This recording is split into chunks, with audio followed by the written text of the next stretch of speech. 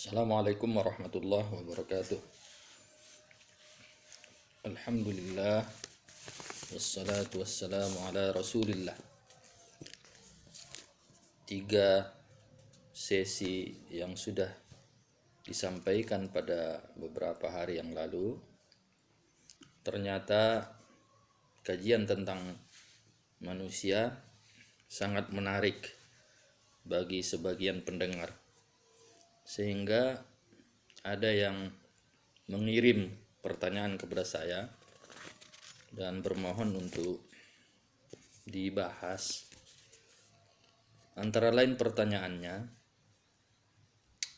apakah perbedaan teori barat memandang manusia untuk bisa dididik dengan konsep Islam seperti fitrah yang sudah diuraikan. Oleh karena itu, pada sesi ini saya akan coba memberi penjelasan tentang pandangan barat dalam kaitan atau dalam konteks pendidikan dengan Islam, yakni konsep fitrah yang sudah kita jelaskan apa adanya pada sesi yang lalu. Kalau kita telusuri pandangan barat tentang manusia dalam konteks pendidikan, maka ada 3 tokoh pendidikan yang sangat kesohor yang membahas tentang bagaimana pandangan mereka mendidik anak-anak. Mereka itu adalah yang pertama John Locke, yang kedua Schopenhauer, yang ketiga Wilhelm Stern. Kalau John Locke mengedepankan teori tabula rasa.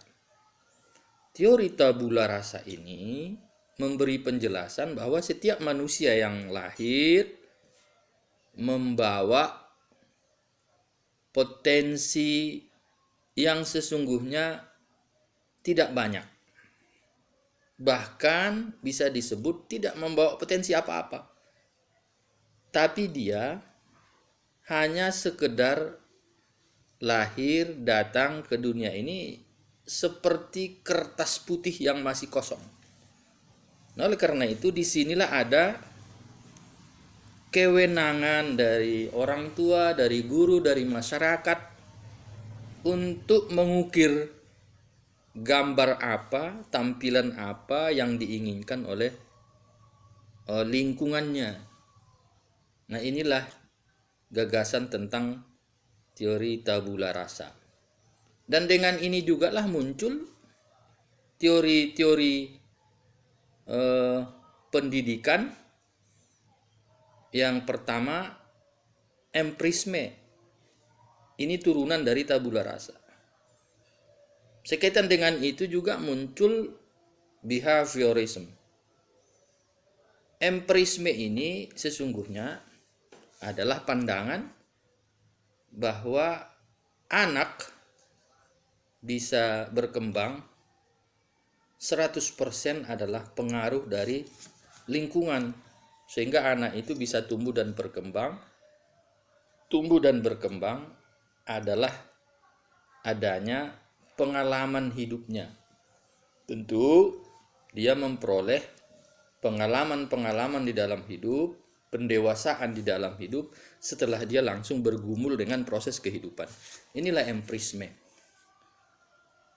Yang kedua, seperti yang saya sampaikan tadi, di samping John Locke ini ada Schopenhauer. Schopenhauer ini tidak puas dengan pandangan empirisme. Oleh karena itu dia muncul dengan teori atau pandangan yang berbeda dengan empirisme. Nah, inilah yang kita kenal dengan teori nativisme.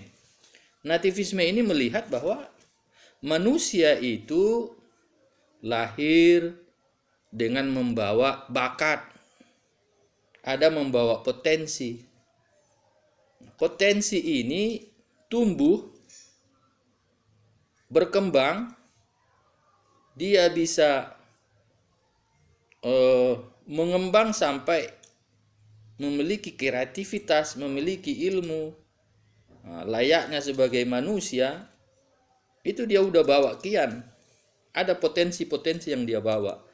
Cuman dia bisa berkembang setelah bersentuhan dengan proses lingkungan. Tapi dia sangat berkeyakinan bahwa potensi itulah yang menentukan. Lingkungan hanya sekedar arena, lapangan, wilayah yang memungkinkan dia bisa tumbuh dan berkembang. Ini perbedaan antara empirisme dan nativisme. Nah, lalu Wilhelm Sturm muncul lagi, dia tidak puas dengan empirisme, tidak puas dengan nativisme, maka muncul teori konvergensi, yakni teori yang menggabungkan antara empirisme dan nativisme. Nah, empirisme dan nativisme ini sama kuatnya menurut pandangan Wilhelm Sturm. Nah, oleh karena itu manusia itu bisa berkembang, bisa tumbuh, bisa memiliki eksistensi adalah dia lahir membawa bakat